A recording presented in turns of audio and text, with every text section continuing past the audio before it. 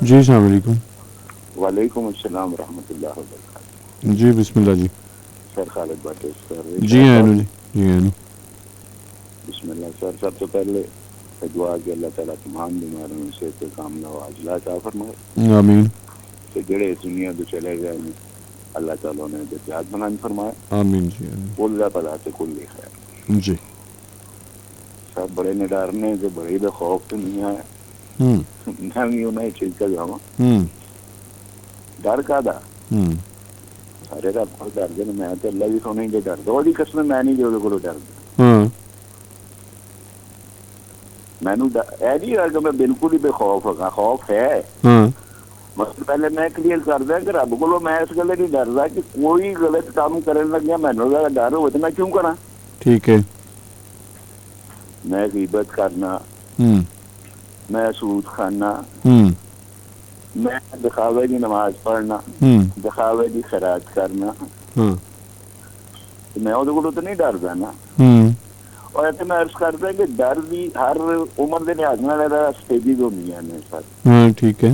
ठीक है ना, मतलब लड़कपन, जवानी, मैच्योरिटी जिसमें इंसान थोड़ा मैच्योर होता है, जूनियर सीनियर होता है ना, फिर वो डर बढ़ता है। मैं जिस स्टेज पे है मैनू सारे डर सिर्फ लगता है सच गल करन तो, जी कि मैं नहीं कर सकता, करना चाहना पर कर नहीं सकता। क्यों नहीं कर सकता? क्यों हजम नहीं होनी किसी नू ना। सच गल जी है ना उन हजम नहीं होएगी। मैं उन लेपा टोपी कर लेपा पाती करके सर मुनाफकत का रंग दे के वो जीन नहीं मेरे लिए वो बहुत जरूरी है। अगर मैं वो सच बयान कर रहा ना तो यकीन मैंने पता है कि कुल्लू नफ्सुन ज़ायक़तुल मौत, मगर मैनू ये डर ना कि मैं वक्त तो पहले मरना नहीं चाहता ना सर। इस गले मैं वो सच बयान करन तो हिचकिचाना वा कि वो सच की वजह तो जिन्हों तकलीफ पहुंचेगी, जेड़ा गलत डगर से चल रहा है वो सच को बर्दाश्त नहीं कर सकता तो मैंने क्यों बर्दाश्त करेगा सर। सही। और कई बार मैं गल्लां ऐसियां कीतियां ने दुनिया मतलब सुनने वाली जानती कि ऐसे ऐसे सवालात मैं खड़े किए ने जिसे मेरे को जवाब है नहीं, मगर मैनू कोई जवाब किसी ने नहीं दिता। मैं इस गले जवाब नहीं दिता कि मैं जीना चाहना सर, मैं मरना नहीं चाहना, मैं डरना मरन तो। सही सही सही। सर कोई नहीं जे डरदा। मैं वर्ल्ड किसी की गल नहीं करता होंदा, अपनी करना होंदा, मगर ऑन दी होल मैं मुआशरे च ही रहना ना। आई एम आल्सो ਜ਼ਾਹਿਰ ਹੈ ਅਸੀਂ ਉਹਦਾ ਹਿੱਸਾ ਵਾਂ ਔਰ ਜੋ ਇੱਥੇ ਅੱਛਾਈਆਂ ਬੁਰਾਈਆਂ ਸਾਨੂੰ ਆਪਣੇ ਆਪ ਨੂੰ ਵਿੱਚ ਉਹਦੇ ਰੱਖਣਾ ਚਾਹੀਦਾ ਹੈ। ਅਗਰ ਉਹ ਕੁਝ ਬਹੁਤ ਬੁਰਾ ਹੋ ਰਿਹਾ ਤਾਂ ਯਕੀਨੀ ਤੌਰ ਤੇ ਸਾਨੂੰ ਉਹਦੀ ਜ਼ਿੰਮੇਵਾਰੀ ਵੀ ਕਬੂਲ ਕਰਨੀ ਚਾਹੀਦੀ ਹੈ ਕਿ ਸਾਡੀ ਕਿੰਨੀ ਕੁ ਜ਼ਿੰਮੇਵਾਰੀ ਇਹਦੇ ਵਿੱਚ ਇਸ ਬੁਰਾ ਹੋਣ ਦੇ ਵਿੱਚ, ਔਰ ਕਮ ਸੇ ਕਮ ਆਪਣੀ ਜ਼ਾਤ ਤਾਈਂ ਤੇ ਉਹਨੂੰ ਠੀਕ ਕਰਨਾ ਚਾਹੀਦਾ ਹੈ ਨਾ। हाँ जी बिल्कुल ऐसा ही है, बिल्कुल ऐसे कोशिश मैं कोई कहना ना कि मैं भी इस मुआशरे का हिस्सा, मगर मैं पूरे मुआशरे नहीं संवार सकता, कम अज कम अपने आप ही तो परिवर्तन लियावा ना। जी बिल्कुल इसी तरह जिन्हों देख के कम अज कम कोई 100 नहीं तो 2 आदमी भी, 4 आदमी, 5 आदमी भी ये समझ जाए कि यूसुफ पंजाबी है सही कह रहे हैं या खालिद भट्ट की गल सही है तो रास्ते आ गए।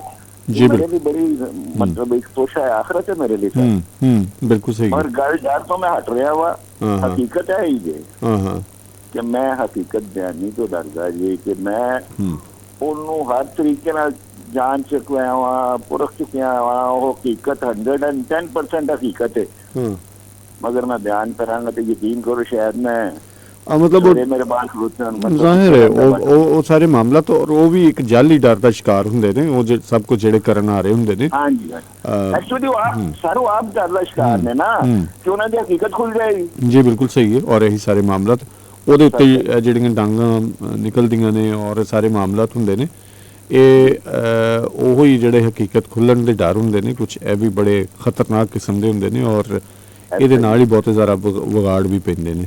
ठीक है जी, खैर ਤੁਹਾਡੇ ਦਮ ਦੀ। ਫਿਰ ਸਾਰੇ ਹੁਣ ਚੁੱਪ ਕਰਕੇ ਬਸ ਸੁਮਨ ਬੁੱਕ ਨੂੰ ਯੂਨੀਫਾਰਮ ਲਾਈ ਨਹੀਂ ਜਿੰਨਾ ਕਰ ਸਕਦੇ ਹੋ ਨਾ ਕਰਨਾ ਚਾਹੀਦਾ, ਜਿੰਨਾ ਕਰ ਸਕਦੇ ਹੋ। ਹਾਂ ਬਿਲਕੁਲ ਠੀਕ, ਉਹ ਸਾਰੇ ਕਰ ਰਹੇ ਆ ਅੱਲਾ ਦੇ ਹੁਕਮ ਦੇ ਨਾਲ। ਬਾਕੀ ਰੱਬ ਕੋਲੋਂ ਡਰਨ ਵਾਲੀ ਕੋਈ ਗੱਲ ਨਹੀਂ ਗਈ। ਹਾਂ ਮਤਲਬ ਉਹ ਸਾਰੇ ਮਾਮਲਾਤ ਵਿੱਚ ਹੀ ਆ ਜਾਂਦੇ ਨੇ ਜਦੋਂ ਅਸੀਂ ਹਕੀਕਤ ਪਸੰਦ ਹੋ ਜਾਂਦੇ ਹਾਂ ਤੇ ਫਿਰ ਜ਼ਾਹਿਰ ਹੈ ਹੌਲੀ ਹੌਲੀ ਸਹਿਜੇ ਤਬਦੀਲੀ ਦਾ ਅਮਲ ਸ਼ੁਰੂ ਹੋ ਜਾਂਦਾ। ਬਹੁਤ ਮਿਹਰਬਾਨੀ, ਸ਼ੁਕਰੀਆ ਜੀ। ਰੱਬ ਰੱਖਾ।